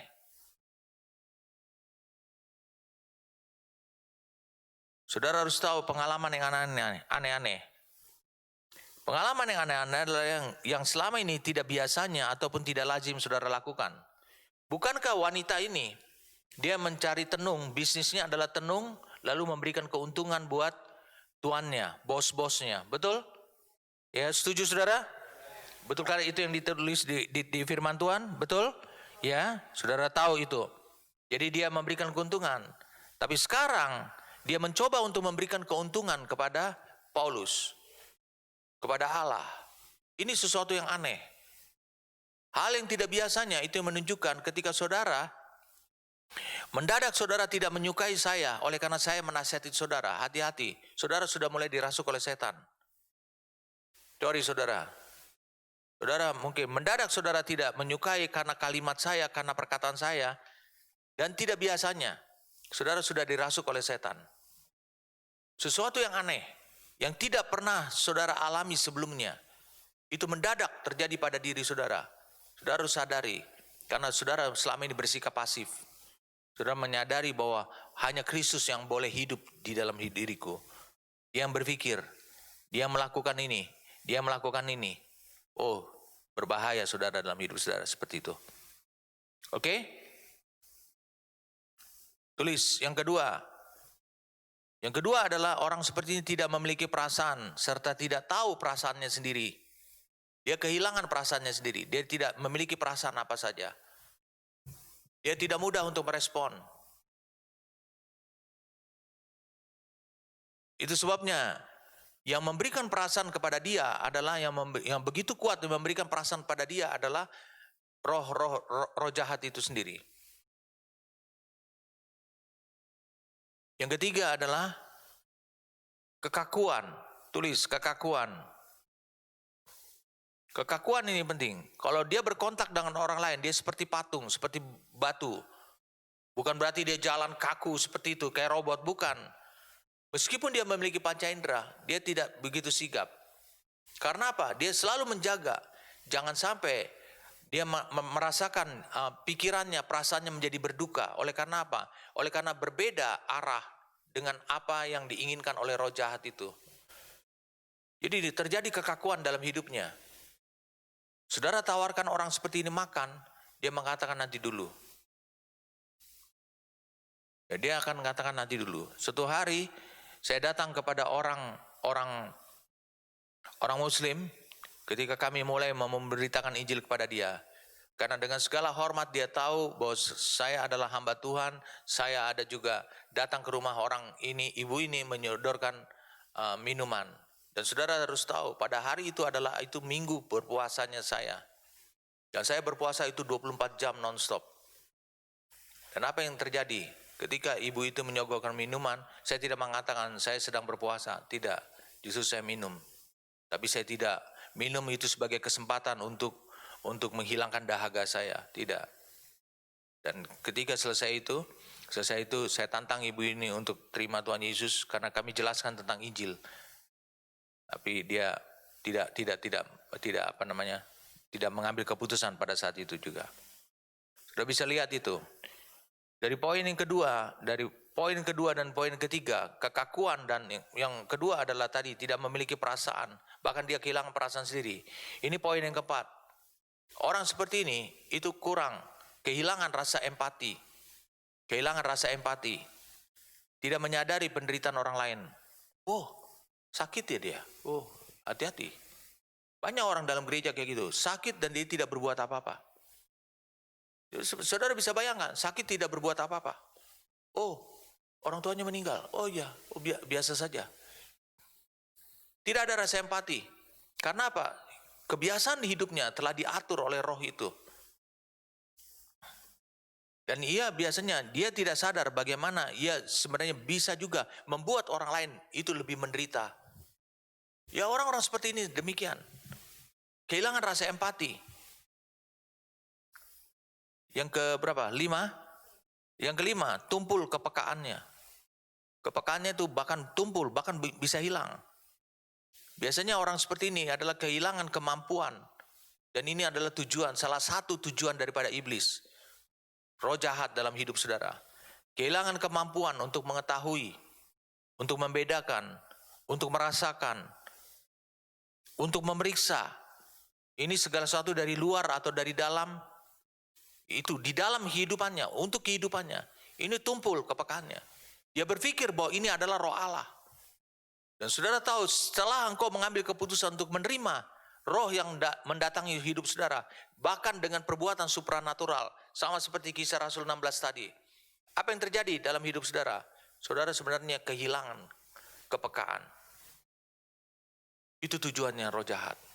Saudara bisa lihat, baca di Ibrani 4 ayat 12, dia bilang firman Allah itu seperti pedang bermata, ia sanggup memisahkan sesuatu dunia luar roh, dunia di luar kehidupan rohani, yaitu roh yang di luar kehidupan roh. Karena hanya di roh saja segala sesuatu Allah depositokan, Allah masukkan semua yang berasal daripada Allah. Hidup Allah selalu dimulai dari roh. Firman Allah sanggup membedakan. Jadi orang-orang yang telah tumpul kepekaan ini, dia butuh firman. Itu sebabnya dikatakan bahwa Roh Kudus seperti pedang bermata dua, seperti pedang itu. Roh Kudus dia membawa firman, logos. Seperti pedang bermata dua, dia sanggup memisahkan antara roh dan jiwa. Jadi orang seperti ini, dia tidak lagi bisa merasakan kegunaan daripada firman Tuhan yang bisa memberikan kepekaan untuk bisa membedakan. Orang seperti ini, itu target daripada iblis. Kalau benih firman Tuhan itu dimakan oleh burung, maka tidak ada lagi pertumbuhan. Maka tidak akan ada lagi kemampuan. Maka tidak akan muncul lagi, tidak akan terbit dalam diri saudara kemampuan untuk membedakan. Kemampuan untuk memisahkan. Amin. Saudara bisa bayangkan hidup yang saya bagikan ini adalah keseharian itu terjadi pada hidup saudara. Tulis yang keberapa? Keenam. Yang keenam, ia sama sekali tidak sadar akan sikap, penampilan atau tindakannya. Ini berbicara tentang kesadarannya. Sebab apa? Sebab itu dia lakukan bukan karena menggunakan kehendaknya untuk berpikir. Dia menyimpulkan, tapi dia tidak pakai pikirannya. Saudara mengerti? Dia hanya meyakini. Dan keyakinan itu berasal dari mana? Keyakinan itu berasal dari apa yang iblis lakukan, apa yang iblis katakan kepada dia. Saudara bisa lihat itu. Bahkan sebelum dia berbicara, dia harus tahu apa yang harus dia bicarakan. Kenapa? Karena cara berpikirnya. Suatu hari saya datang ke rumah seorang, saya mendengar bahwa orang ini memiliki kasus A, B, dan C. Suatu hari, sebelum sampai ke rumah itu, selama dalam perjalanan, selama dalam angkutan kota, selama dalam kendaraan, gunakan angkutan kota, saya berjalan sendirian. Saya berpikir apa yang harus saya katakan. Saya menggunakan pikiran saya. Mengerti saudara? Lalu apa firman Tuhan yang Tuhan cocok buat kondisi dia? Ketika sampai di tempat itu, waktu dia bercerita, saya sudah menyiapkan kalau dia memiliki memang kasus seperti yang saya dengar, kasus A, B, dan C, maka saya sudah menyiapkan ayat-ayat firman Tuhannya. Tapi apa yang terjadi? Yang terjadi ketika akhirnya dia berbohong pada saya, dan dia ceritakan dia punya masalah adalah PQR. Apa yang terjadi? Oh, luar biasa sekali. Semua persiapan saya selama di dalam angkutan kota itu lenyap. Mengerti, saudara? Tapi akhirnya apa? Saya diberikan kepekaan. Informasi yang saya dapatkan ini benar. Dan Tuhan meyakinkan saya bahwa itu masalahnya. Dan satu kalimat buat saya, kamu berbohong pada saya. Wah, segera dia menangis. Kenapa? Ingat, jangan katakan bahwa saya bergantung pada roh yang dalam ini. Betul memang saya bergantung. Tapi saya pakai nalar saya juga. Atas informasi itu saya siapkan firman Tuhan dengan nalar saya. Ini firman Tuhan. Dan saya tidak menyiapkan kalimat engkau berbohong. Tapi itu muncul dalam diri saya. Amin. Mengapa? Siapa yang memberikan kalimat itu? Allah. Mengaturnya, membuat mata saya bisa melihat. Dan saya ucapkan demikian. Kenapa? Karena Allah menemukan saya masih memiliki kepribadian. Saya menggunakan kehendak saya. Saya masih menggunakan kehendak, fungsi kehendak pada jiwa saya untuk bermitra dengan Allah. Untuk menyelesaikan pekerjaan ini. Amin. Itu sebabnya saya tidak seperti robot. Bayangkan kalau saya melayani orang yang kerasukan sementara saya kerasukan. Nah, apa yang terjadi? Pesta pora. Saudara mengerti nggak? Apa yang terjadi? Celebration daripada roh jahat. Itu yang terjadi. Oke, tulis yang ke berapa? Yang ke-7. Ia tidak tahu dari mana kata-katanya. Kalau saya tadi tahu, ia tidak tahu dari mana kata-katanya, pemikirannya, perasaannya berasal. Dia tidak tahu. Kenapa? Karena ini target diri iblis. Mengapa? Jangan sampai dia tahu bahwa ini datang dari roh jahat. Dia tidak tahu. Hanya dia menggunakan apa yang sudah diyakinkan dalam dirinya. Yaitu adalah apa? Ini seperti yang kuharapkan. Ini pasti Allah.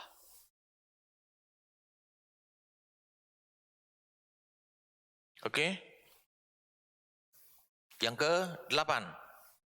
Oke? Siap kalian? Yang ke-8. Kehendaknya sendiri tidak pernah mengambil keputusan apapun juga. Dan tindakan. Kehendaknya sendiri tidak pernah mengambil suatu keputusan dan melanjutkannya pada tindakan.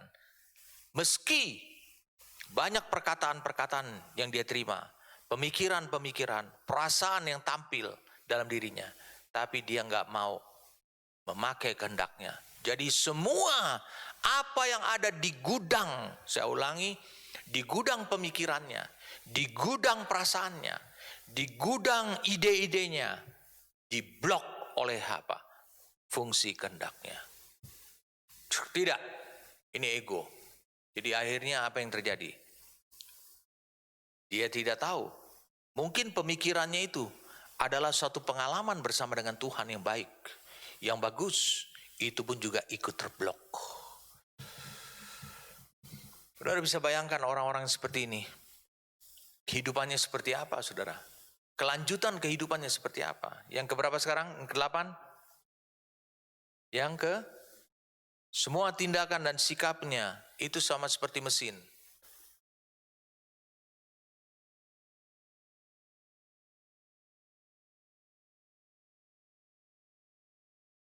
Semua tindakan dan sikapnya sama seperti mesin. Kadang-kadang dia juga bingung. Bayangkan, mesin aja bisa bingung. Orang seperti ini bingung. Dia nggak tahu kenapa dia harus lakukan ini. Karena dia merasa ditekan oleh satu sumber. Yang dia yakini itu Tuhan, padahal bukan Tuhan. Karena Allah tidak bekerja menurut Allah hanya bekerja menurut hukum kerjanya Allah. Itu adalah karena roh jahat menguasai diri. Mulai mengendalikan ini. Dan roh jahat sifatnya selalu memaksa. Dan saudara bisa lihat, di sesi-sesi berikutnya saya akan bagikan kepada saudara. Allah menghendaki, yaitu kemauan dan pekerjaan dalam diri saudara itu menurut kerelaanmu. Menurut kerelaannya, menurut kemauan saudara. Saudara benar-benar mengambil keputusan sebagai pribadi. Itu yang namanya kerelaan. Untuk mengatakan, ya Tuhan, ideku ini kurang tepat. Ya Tuhan, idemu yang tepat. Aku mau lakukan idemu. Jadi saudara bisa lihat, orang seperti ini adalah penuh dengan tekanan. Saudara bisa bayangkan orang-orang yang mengalami tekanan pada jiwanya, pada kehidupannya, pada langkah kehidupannya. Kadang-kadang orang seperti ini, dia memiliki keinginan untuk suatu hari dalam perjalanan hidupnya sudah sampai di ujung, dia memiliki keinginan untuk melakukan A. Tapi tekanan daripada roh jahat melakukan B. Lalu dia buka firman Tuhan. Di Roma pasal 8, Paulus juga alami seperti itu. Sebab bukan apa yang kukehendaki, itu yang kulakukan. Itu lain, salah. Itu berbicara tentang kedagingan. Ini berbicara tentang bagaimana engkau dirasuk oleh setan. Dia berpikir bahwa itu adalah Tuhan. Sekarang aku sama seperti Rasul Paulus. Dia berpikir, pasti yang menekan diriku ini adalah ini Allah. Allah tidak menginginkan hal seperti ini. Saudara bisa bayangkan kayak begini. Dengarkan saya. Saudara tahu cara iblis bekerja dalam hidup saudara. Ketika saudara melakukan satu kesalahan, satu kekeliruan, apa yang terjadi? Aduh, saya merasa bersalah, saya merasa bersalah. Seperti ada orang yang pribadi yang mendakwa hidup saudara. Saudara mau tahu, Roh Kudus tidak pernah mendakwa saudara. Roh Kudus justru memperbaiki saudara. Roh Kudus tidak pernah sama sekali menuduh saudara. Ingat Wahyu pasal 12. Siapa yang mendakwa kita, orang-orang yang kudus, domba-domba Allah siang dan malam, siapa yang mendakwa? Iblis. Karena pekerjaannya adalah mendakwa. Jadi tekanan yang terjadi pada hidup saudara, itu jelas, itu adalah berasal daripada roh jahat. Saudara harus mengerti tentang apa yang saya maksudkan ini. Amin. Oke. Yang ke-9. Semua ciri-ciri ini saya bagikan pada saudara supaya saudara benar-benar memahaminya. Sesuatu yang terjadi mulai sesuatu yang tidak benar dalam hidup saudara. Tulis yang ke-9. Yang keberapa sekarang? 10? Oke. Yang ke-10. Orang yang menyadari bahwa dia tidak memiliki kesadaran diri, tapi pada umumnya orang seperti ini itu saudara, dia mudah untuk tersinggung dan juga menyinggung orang lain. Aneh saudara orang seperti ini, tapi sebenarnya tidak aneh, karena yang berbuat atas dirinya adalah roh jahat. Orang seperti ini itu cenderung dia yang yakin bahwa dia tidak memiliki kesadaran diri sendiri, kepribadian diri sendiri. Dia tidak memiliki ukuran bagaimana mengasihi orang lain. Karena mungkin dia berpikir menampar orang lain itu adalah mengasihi. Karena siapa yang menginstruksikan seperti itu? Yang bertentangan dengan firman, pasti roh jahat. Tapi pada awalnya roh jahat itu memberikan dorongan yang baik kepada dia. Sehingga di mana dia memiliki doktrin tentang area abu-abu. Saudara bisa bayangkan seperti ini. Jadi roh jahat itu mendorong dia dulu kepada area yang putih dulu. Lalu kemudian melakukan yang abu-abu. Dan suatu hari ketika dia melakukan yang hitam, wah, saudara sudah tidak bisa membedakan lagi. Ini Allah, ini iblis. Oke? Nah, saudara bisa lihat, tulis yang ke-11. Mungkin ini tambahan buat hidup saudara.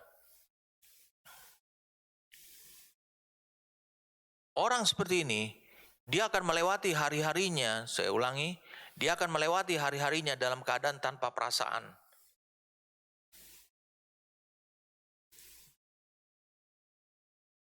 Bayangkan orang seperti ini, saudara. Melewati hari-harinya tanpa perasaan. Dia akan selalu berpikir dari suplaian pikiran daripada roh jahat.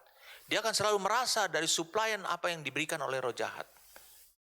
Sorry saudara, orang seperti ini ketika dia menyembah Tuhan, dia tidak memiliki perasaan apa-apa. Dia betul-betul seperti kayak zombie, kayak mayat hidup. Dia tidak memiliki apa-apa. Bagi dia, bahwa dia tahu adalah menyembah Tuhan itu hanya setengah jam di gereja. Selesai sudah.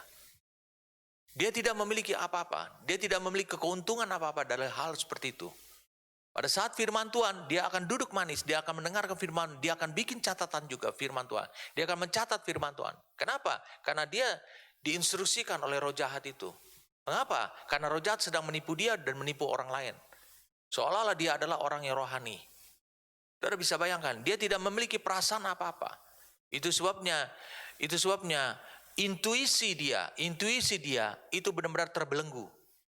Mengapa intuisi dia? Karena intuisi memerlukan perasaan yang dimanifestasikan kepada jiwa saudara. Tetapi saudara bisa lihat, dia tidak memiliki perasaan, dia mematikan perasaannya. Akibatnya, semua yang disuplai oleh intuisi saudara, yang berasal dari Allah, saat penyembahan, saat firman Tuhan, saat kehadiran Allah, itu tidak bisa diteruskan, dimanifestasikan sampai kepada intuisinya, sampai kepada jiwanya. Dan dampaknya daripada orang seperti ini, dia akan merasakan biasa, dingin. Dia akan mengangkat tangan untuk penyembahan. Dia akan berkata amin, dia akan berkata amin. Tapi itu tidak memiliki arti apa-apa. Dia seperti zombie. Zombie yang berkata amin, zombie yang mengangkat tangan. Ketika diinstruksikan oleh siapa? Oleh WL, oleh pengkhotbah. Amin. Jadi saudara bisa bayangkan, karena dia sudah menganggap dirinya sudah mati bersama Kristus dan tidak lagi merasakan adanya kepribadian di dalam dirinya. Saudara bisa bayangkan itu. Kalau begitu, apa yang harus saudara waspadai? Sebelum kita lanjutkan minggu depan ini, saudara bisa lihat sikap seperti ini.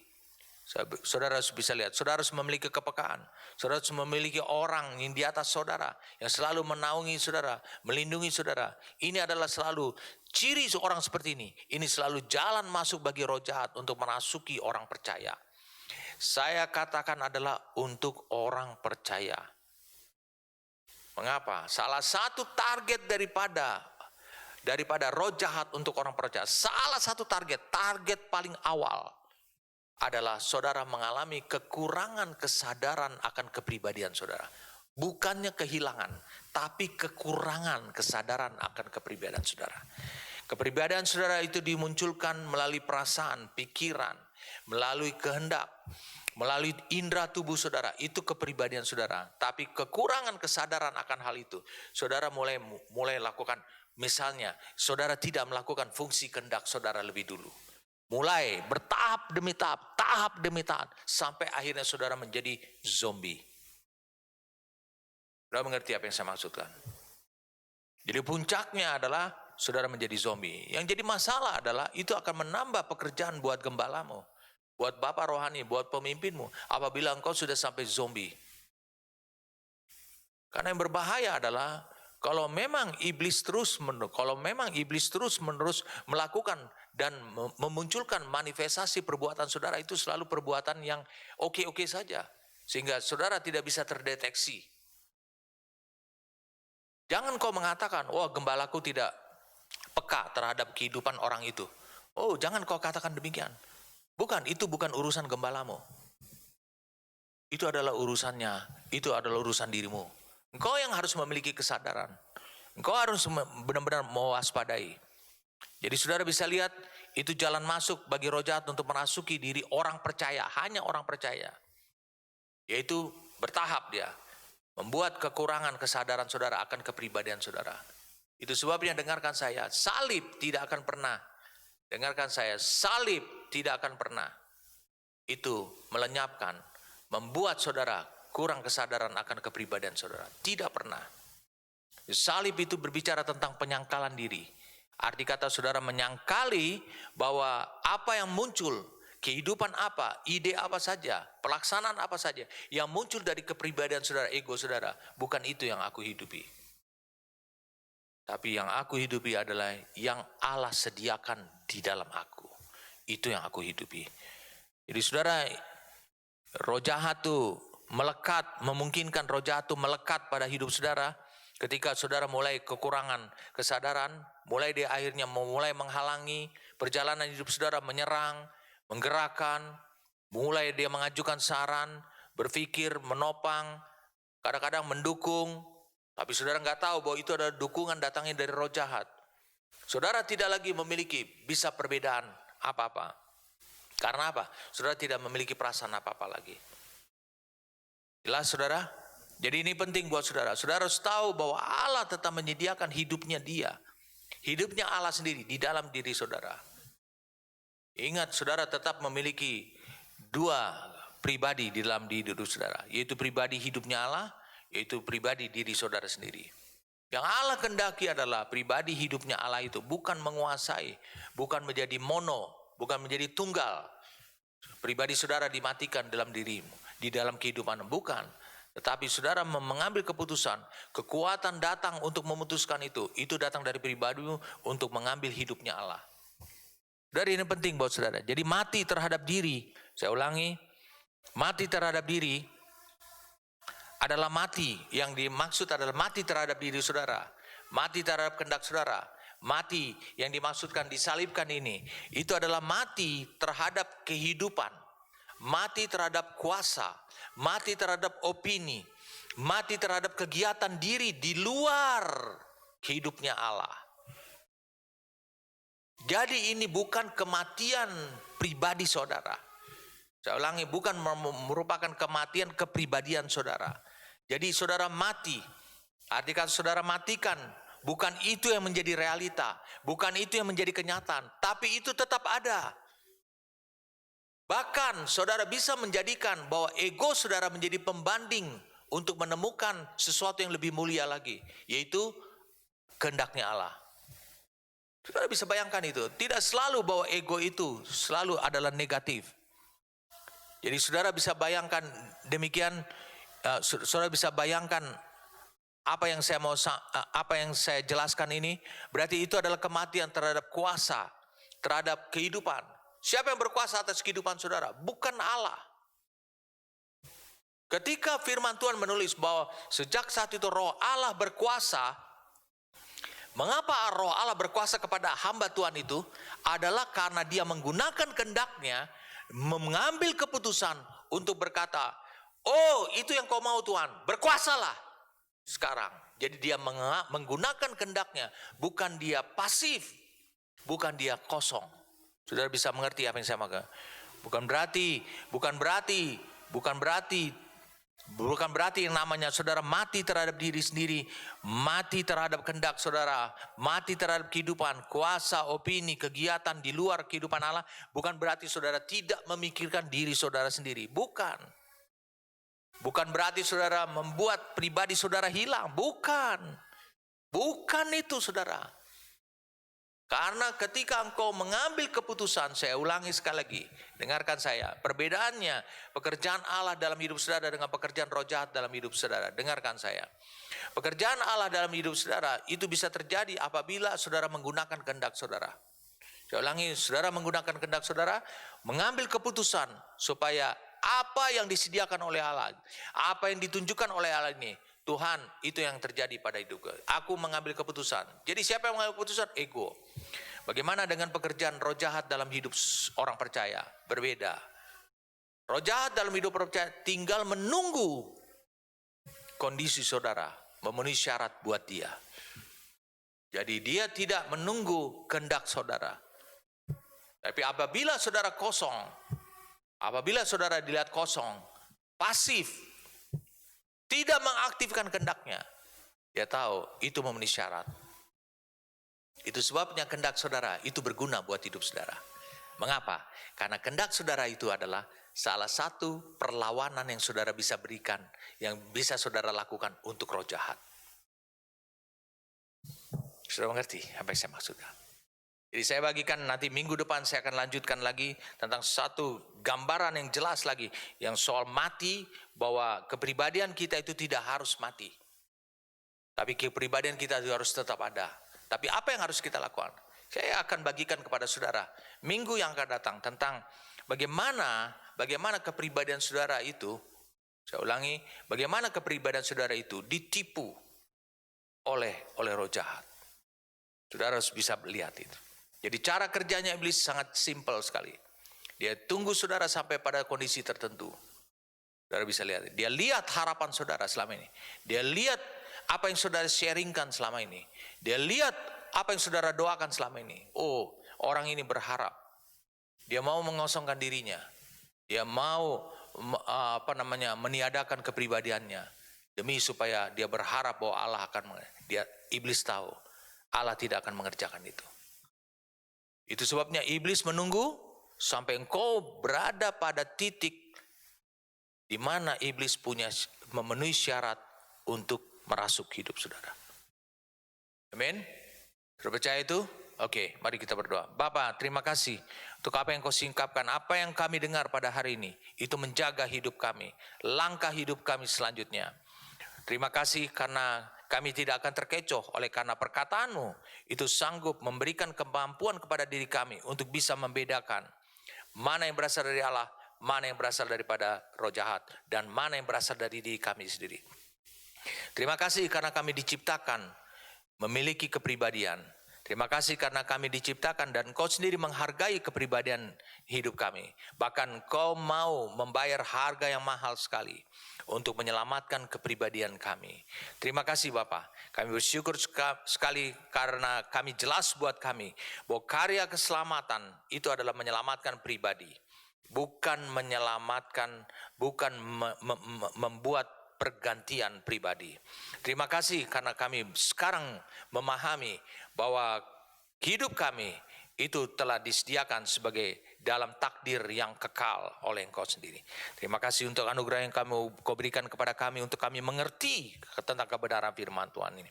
Biarlah firman Tuhan itu menjadi realita dalam hidup kami, menjadi iman dalam diri kami, menjadi kekuatan dalam diri kami, sehingga diri kami juga memiliki senjata untuk bisa memilah-milah, untuk bisa mengetahui mana yang berasal dari Engkau, mana yang berasal dari roh jahat.